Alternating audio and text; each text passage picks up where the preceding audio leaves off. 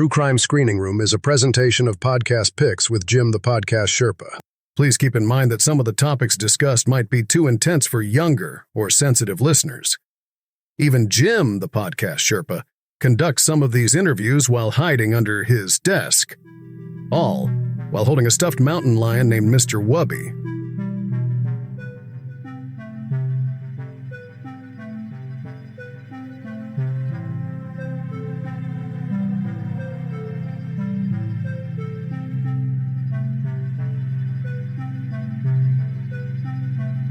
Welcome to True Crime Screening Room, the podcast featuring interviews with creators who dedicate their work to unraveling true crime mysteries. We're now entering the investigation room in the Sherpa Chalet to meet your host, Jim the Podcast Sherpa.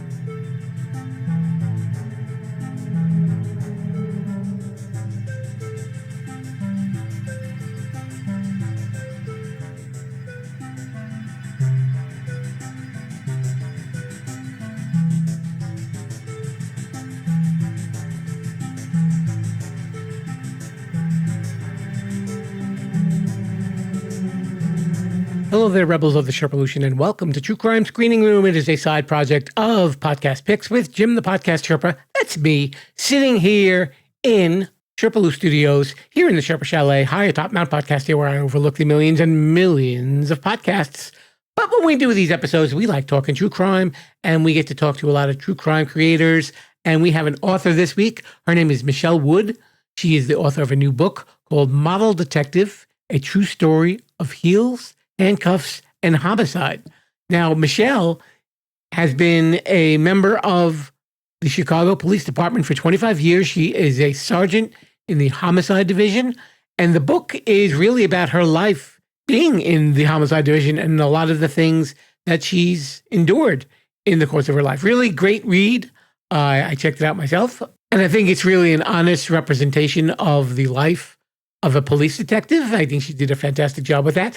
And I got to spend a little time with her and chat with her and get a little bit of an inside scoop on the life of a detective. So we hung out and had a really great time. I hope you will enjoy this interview. I certainly did. So let's head on into the investigation room at the Sherpa Chalet. And I will talk to Michele Wood, author of the new book, Model Detective.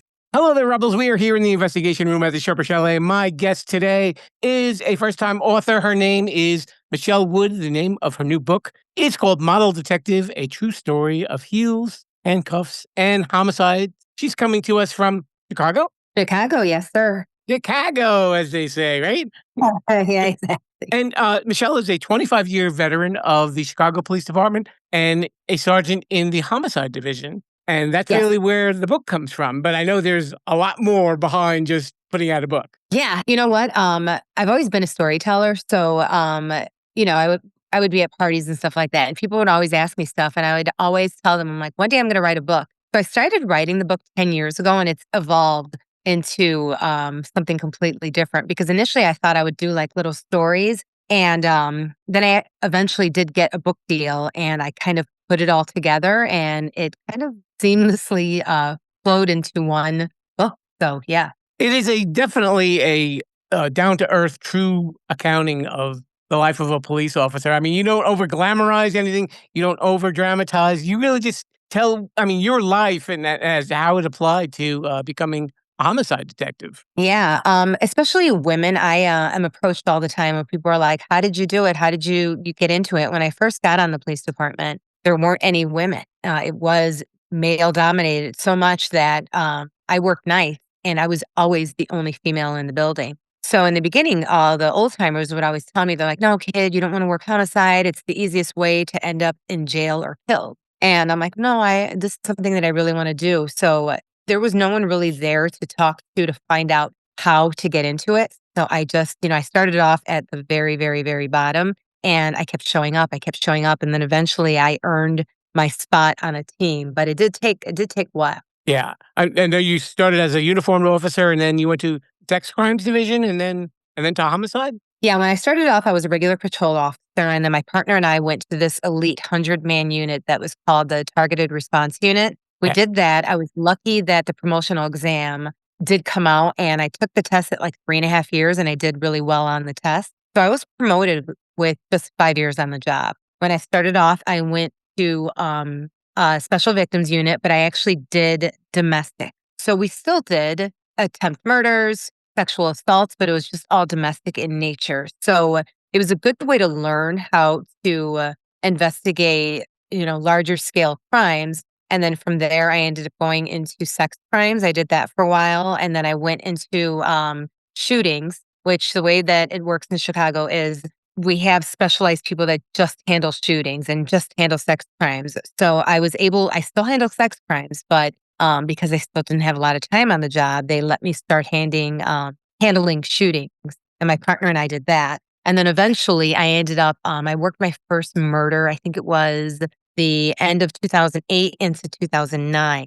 And then after that, we got homicides here and there. And then I went on an actual homicide team in 2012. And you've been there since then. And really things have even grown from you from that point as well. Yeah. Yeah. So we had a restructuring of the detective divisions, and we ended up just having specialized homicide teams. Before it was you and your partner. Well, now you would work with teams of 6 to 10 people, and you'd go out as a team, and then each person would take a turn being the lead detective on it, which is good. It worked out well. I was promoted in 2017 to sergeant. I was actually promoted before that. I turned it down because in Chicago, you go back to patrol and start at the bottom again when you're promoted. So I'm like, I can't work midnights in a beat car, which is exactly what I ended up doing. I got promoted. I went back to midnights in a beat car. Then I was able to get a tactical team, which is kind of like plainclothes, undercover type of thing. And then I did that for about a year. And then my commander called me back. And then they brought me back as the DNA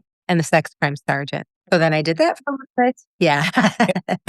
So even with all that background as a police officer, that must have obviously contributed to your success rate as a detective. Yes. There's nothing that I haven't investigated. So some people, end up going into one realm of the detective division and kind of stay there. And I did it all, not by choice. I wanted to work murders, but it just doesn't work that way. Like no one ever gets assigned murders or ends up there by accident. Okay. You really have to want to do that. Right. And I understand that you actually created some of the questions for the detective exam? Yeah, I am a subject matter expert, and I'm actually on the board to create the exam. So I've done this a few times, the third test that I've been working on.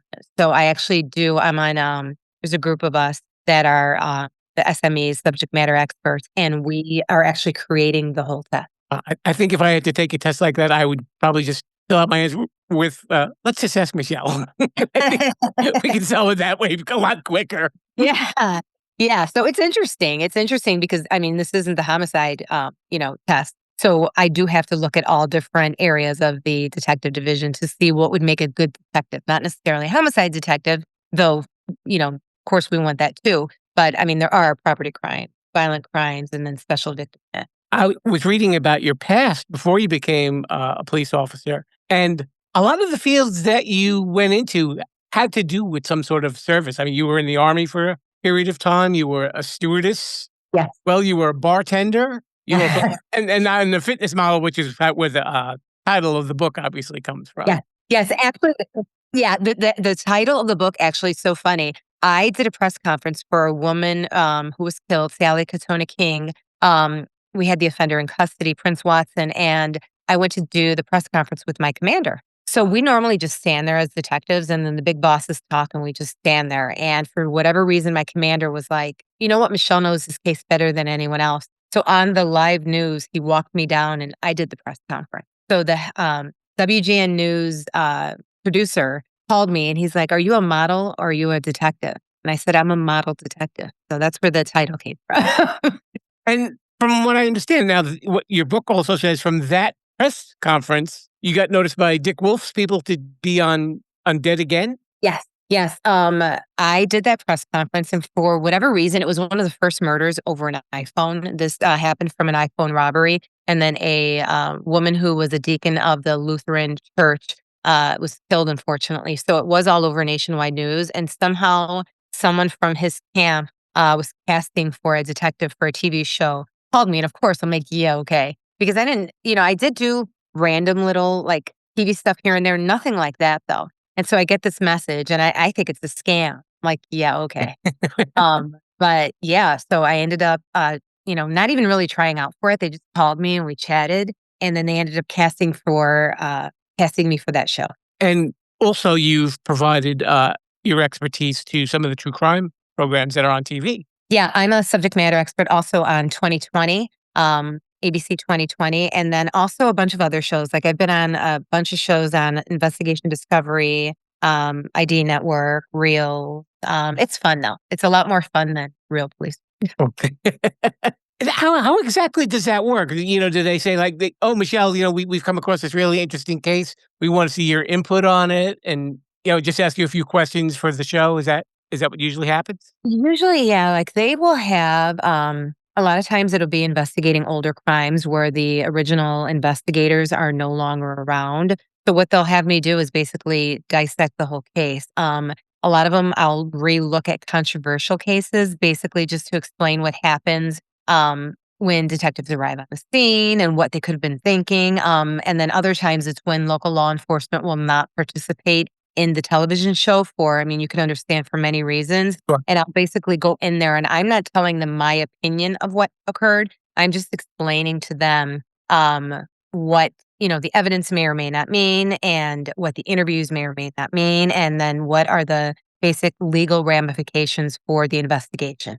A running story in your book is the story of Yolanda Holmes. That's I don't know if that's her actual name because I know you said you changed some of the names to protect some people. And it was really interesting how this evolved over the course of a book. It wasn't like the main focus of the book, but it was kind of like something that you kept looking back to. Is that really how it worked with you like that? Like you'd go home and you'd think a little bit about more? Because I mean, your partner had felt that her husband or her boyfriend rather was guilty of the murder, but obviously you had a different feeling and you got a confession out of the person that did it. Yeah. So that case was crazy because when we arrived on the scene, normally you kind of have an idea like of what might have occurred in that situation. We had a boyfriend inside the house that couldn't give us a good description of the offender and even of what happened. And then the son is in shock, allegedly. And so with that, and we didn't have cameras the way that we do now. We didn't have DNA the way that we do now. Right. So that case really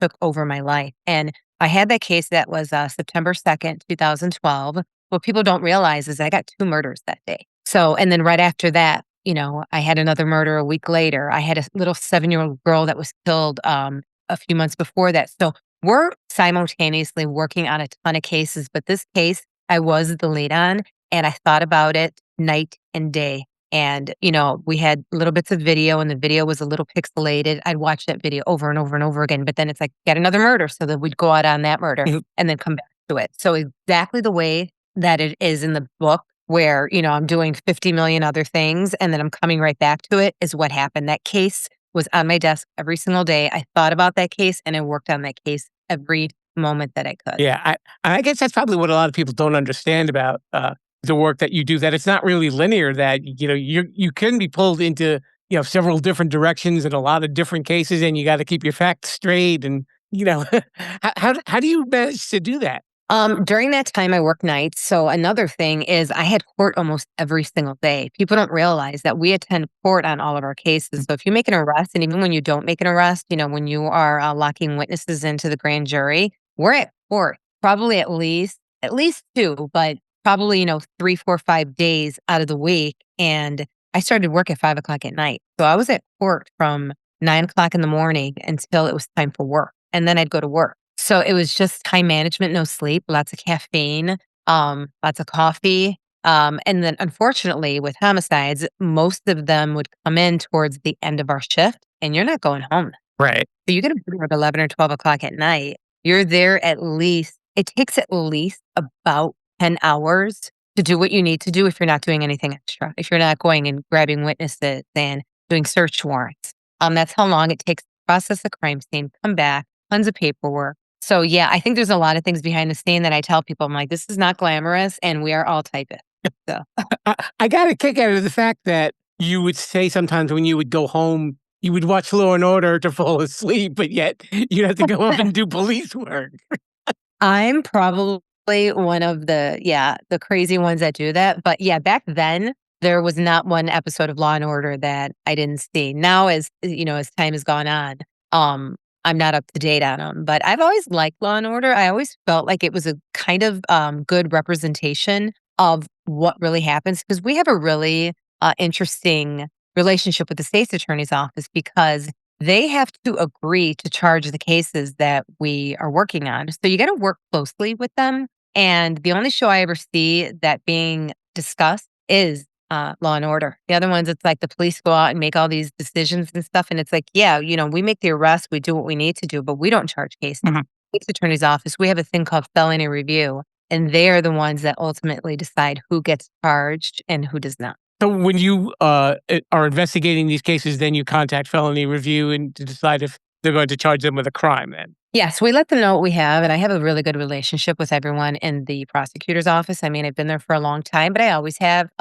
We've gone through different groups of people, but during this time in 2012, I mean, we had the best of the best, and they were on, text threads where we would constantly be like, "Hey, we're going to go pick up this person. We're going to go interview this person," and a lot of the work that we do also when people tell me, they're like, "Well, you get there after the crime occurs." I'm like, "Yeah, it is true that I arrive on the scene after the person is unfortunately deceased. But that doesn't mean that, we go back then and sit at our desk and do nothing. We are on the streets interviewing people. We are door to door. We are, back then, now we have a little bit more help because we have teams that assist us. But we didn't have people to get video back then. We didn't have people to sit at houses to do surveillance. We did all of that. So we have a lot more help now, which is good. But back then, I mean, we really did everything ourselves. Yeah, I think that's like the biggest probably misconception that people have about police work, especially because they see it on TV and they think, well, everything is wrapped up in an hour and, it's probably, as far from the truth as possible. So could you kind of like throw a little reality check at us as far as like police work, but maybe what like people don't know? Yeah. So normally, like as a supervisor, and I'm in charge of the cases that my team. And last year we didn't have that many. We only had like 18. But the year before and every year before that, we have about 32 murders a year. So I, as a supervisor, am responsible for 32 murders. Doesn't mean that I've only gone out on 32 murders. I might have gone out on 200 murders. But myself, my team is responsible for that. So you have to balance all these cases, and we want to solve all the cases. It's not like we get 32. We're like, okay, we'll work on these 5. No, we are working pretty much on all the cases at any given moment. Sure. So my team, I went from having 6 to 9 people, depending on, people leaving and going to different units or getting promoted. So at every moment, I have to know these 32 cases. And then mind you, people are calling about older cases. So it is a lot of time management and triaging cases, see what you can do now. But we are actively always working on any cases that are open. So yeah. And I said earlier, because you held like a lot of different jobs before becoming a police officer, and you actually say in the book that almost kind of gave you like an early training before you even started doing police work. It did. Being a bartender, you learn how to talk to all different types of people. Waitressing, same thing. And I don't think people realize that it's such a good skill to learn how to talk to people. Mhm. Even being a flight attendant, like I am the person in charge of everyone's safety on that flight. And I had many instances where, I've had to throw people off the plane and stuff like that. And everyone's like, oh my God, it's so much different than policing. And it's not. It's actually really not at all. I remember at one point, I had to keep my cool because this guy that was on the plane had a can of beer with him and he took it and he whipped it at me and he hit me with it. And I was so mad. I can't tell you what I wanted to do, but I immediately started crying because I was so angry. And then that lasted like 30 seconds before I went. When he got down, when we landed, we got him off the plane, but I still had to keep my composure because I couldn't go and beat the crap out of him. Right. You know what I mean? And it's the same thing with law enforcement. Like you cannot take things personally. Now cameras are everywhere. And I think all of that stuff has prepared me. I don't get worked up very often. Like most people would say that I'm very stern, but I am not highly excitable ever. If anything, when I'm in chaotic situations, for some reason, it brings me down. Right. Like I'm pretty calm. And you actually have a chapter in the book where you talk like your golden rules for being a detective, and that's one of them is that you can't take it personally. Yeah. because you say you're either dealing with someone who's dead or someone who may have killed someone, or or any of those other possible combinations. And yeah, I mean that makes perfect sense. That you got to be cool about it, or else that could end up being used against you in one way or the other, right? Right. And I mean, no one's ever, for the most part, in the last, 25 years of my job, no one's ever happy to see me. Rarely is it like, oh my God, thank God you're here. Usually it's like, oh shit. Ooh, No, sorry. no, it's okay. Uh, okay. She's here. So I don't care if people like me or don't like me. I give everyone respect regardless. Like even if people disrespect me, I don't care. I Right. don't care. I don't take it home. And I always know it's a reflection of them and what they're going through in their life. Like, I get spit at all the time, like we have a thing, and I think I write about that in the book too. It's I don't know if everyone just talks to each other like these gangbangers. When they see the police, they spit. Right. And it's just a thing. And when I was newer on the job, I'm like, man, I'm gonna learn how to spit so I can do this too. But now I don't care. And the thing is, they think they're slick when they're doing it. I'm like, dude, I don't care at all. I'm like, whatever makes you happy. Not much bothers me.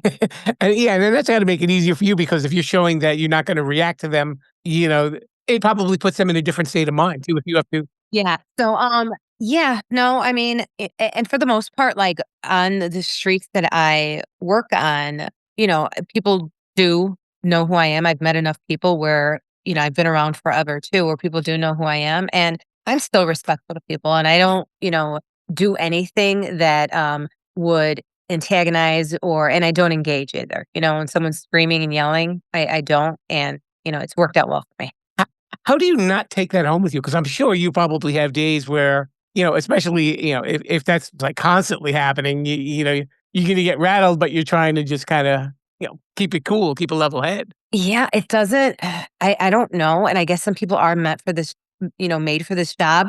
We now have to take our team to, employee assistance where we sit down as a group. We kinda get, like, a day off, Mhm. and then you have to go see a counselor. You don't even have to talk to the counselor. You kind of sit in a room, and I've realized that the lack of sleep and those are the things that bother me. The other stuff doesn't. Unfortunately, even the death other than baby murders, I can tell you every single baby murder that I've had, and I can recount what it felt like, what the room smelled like, what I was wearing that day. Other murders just don't affect me the same, and maybe it's because, I've been doing it for so long. I don't think it ever really, like, bothered me like that. Of course, I care, and another thing is too, is every single person that I've been in front of that's been deceased, I've said a prayer for, every single one of them. And I'm not even, like, super religious or anything, but every single person, I stand in front of them and I say a prayer.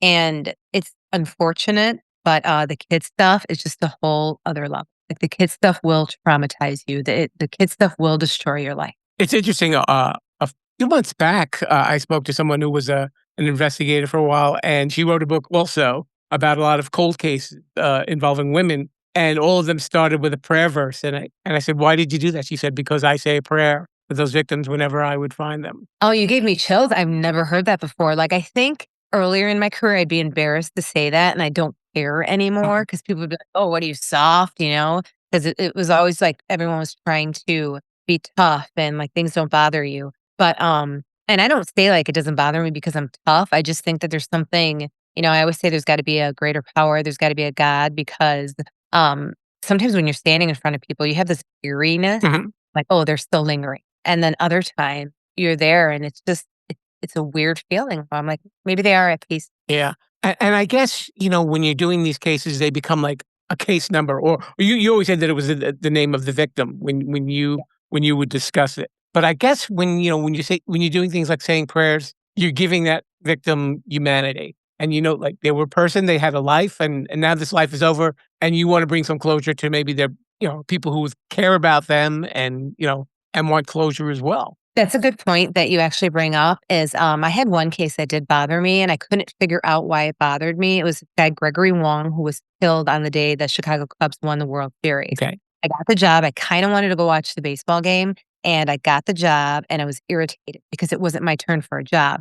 So I went to the job, and, I processed it, whatever. And I ended up getting video of the murder from inside his taxi cab. And I was traumatized on that and I couldn't figure out why. And I later figured out that when I meet people, they're always dead. I never meet anyone when they're alive. And because I watched the video of inside the taxi cab, I felt like I then knew him. And he was watching the Cubs game. And he sat there and he was doing his notes. And he was like, I wanted to see the Cubs game, so did he. Right. And I felt guilty. And I think that's why it bothered me, because I'm like, who am I to get mad about doing my job when this poor guy was killed for, he was robbed and killed for, I think he had like $8. Right. Yeah. I think that's exactly it. You saw that human connection where you don't really get that. Like you said, the first people you see are dead people. And then you have to go backwards, Yes. and Yeah. just really piece everything together.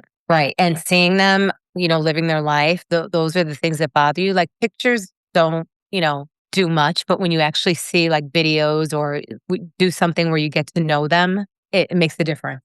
About the book, it's interesting when I get to talk to a lot of true crime people on here, a lot of authors, and they always talk about women's fascination with true crime more than men. And they know that that's a large audience. Now, with you writing this book, I'm guessing that there's a couple of more books in you. You know what? Now that I wrote this one, there definitely is. There's so many stories that I didn't get to talk about. And then I've been jotting them down. I'm like, there's just so many things where I'm like, why did I not write about that? But it's just, it didn't fit in there. So yes, because in this book, don't even get into sergeant life as a homicide sergeant, Right. which it was even crazier then because I did that starting in 2020 and during the pandemic. Like imagine that in the worst area in the city of Chicago, working murders when everyone's on lockdown. Right. And I told everyone, I'm like, you guys are on lockdown. I'm not on lockdown.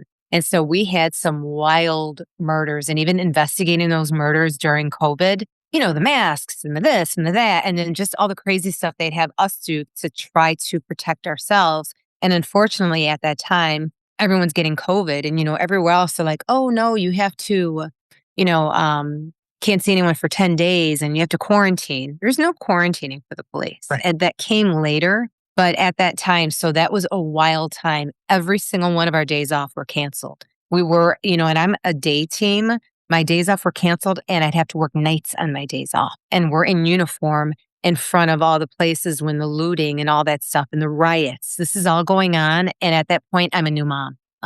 Another thing is I hid my pregnancy until I was almost 7 months pregnant because I was worried they were going to put me back in like missing persons or somewhere answering the phone. So I hid it till the end. So there are more stories to tell from behind the bed. Yeah. That was a long answer. It's okay. To your question. And also being a woman, you probably communicate with people very differently. And I think like female readers would probably love, they would probably flock to your books. I'm sure. I think you have that right off the bat because I have a lot of women friends and I know how they talk to each other is like, it's different how they talk to their guy friends. It's different how they talk to their husbands. And, people might feel that they're kind of making this connection with you as an author. Well, yeah, good. I hope so. Yes. And I think that I speak freely too, where there was nothing that I was, when I wrote this book, I said, I'm going to tell everything or I'm going to tell nothing. So other than changing names of people, and this is the names that I changed were not any of the murder victims. They have no expectation of privacy, obviously. Okay. But it was other stuff too. Like I do have a sexual assault victim in there that it is public if you look it up, but I see no reason to put her name in there. I would never want to re-traumatize someone. So I left specific stuff like that out. And then witnesses of crimes who also have been in the news and in the media. I chose to change their names out of respect for them. My editor actually was even like, why are you changing these names? It's in the news. I was like, I'm changing it because I'm giving them anonymity. And if, people choose to look it up, they can look it up. They can always look it up. But yeah, and I think, women look at things a little bit differently than men do. Like everyone thinks that you have to be like a badass and like, tough and everything to be a homicide detective. I think you have to be tough, but I think you have to be mentally tough more than you have to be physically tough. Now, as someone who's seen, what you've seen in your 25 years, with the Chicago Police Department, is there anything that people should know about keeping themselves safe? Is there anything that like you've noticed that like How come people don't do this? Is there anything like along those lines? There's a lot of stuff, and I hate saying this, but I always tell people, always judge a book by its cover. If you feel something is off, it's because it is off. People are like, oh, I didn't want this person to think that I was looking at them because of, race, gender, nationality, the type of clothing they're wearing. I'm like, were you afraid because of that? No, I was afraid because he was a creep. I'm like, okay, well then don't put your safety on the line to be courteous to someone.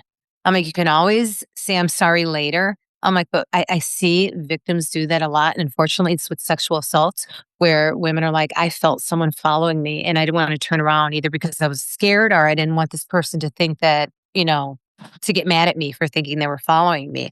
I'm like, that politeness becomes a liability. And another thing is I always tell people, I'm like, look people in the eyes. Unfortunately, offenders are less likely to attack someone that they know saw them or that they know made eye contact because it gives you a bit of confidence. And if someone's looking for like the perfect victim, they might pass you up. And, the case that I speak about in the book, which is a terrible sexual assault, this offender, his name was Tyrone Maxwell, told me I was looking for a victim. That's what he said verbatim. And he was out scouting for a victim. And when he saw the victim walking down the street, he chose her based on the fact that she appeared to be timid to him. And he's like, okay, she turns down the alley, she's my victim. And she made a turn down the alley. So also don't walk down streets that are not well lit. And people are like, this is my neighborhood, I know it. It's just not safe. It's better to be safe than sorry. Sure. Okay. So if people want to find out more about you, I know you have an Instagram page and you have a website if you want to let everybody know about that. I do. My Instagram and my X is Michele Woodnot. My name is Michele Woodnot. And then I have a website for the book, which has links to everything. It's modeldetectivebook.com. Okay. So we want people to check this book out. And especially if people are interested in getting into the field of law enforcement. Like I said, you're laying it out for them. You're not giving them any illusions or anything like that. It's real, it's reality. That's basically it. Yes. Yeah, I love it. And I think it's a great profession. And I think women are really good at it. So I try to encourage women, if they are interested in it, to seek out opportunities in law enforcement. We want to let everybody know again, the name of the book is called Model Detective, A True Story of Heels, Handcuffs, and Homicides. Michele Wood, thanks so much for coming on the show. Thank you. It was so fun. Listen and subscribe on podcast apps everywhere. And we're on YouTube at Sherpalution. Sorry, no video. You're welcome. Thanks so much to Michele Wood, the author of Model Detective, A True Story of Heels, Handcuffs, and Homicides, for spending a little time here in the investigation room on the Sherpa Chalet. We've included the link to her book, as well as her socials in our show notes. And if you want to follow our socials, Sherpalution, that's the word that you need. You knew that, right? And we are on Instagram, Threads, TikTok, and I think that's it. Yeah. I always think there's a fourth one. I don't know why. And you can hear the show on our YouTube channel at Sherpalution and on podcast apps everywhere. Okay, that will do it for me. I guess we will be back with a new show next Wednesday. Don't forget Sherpa Selects on Saturday if you want to hear some of the classic episodes. That's where you will find them. That's simple. I like making things easy for my listeners. So until then, dear listeners, I leave you with Viva la Sherpalution.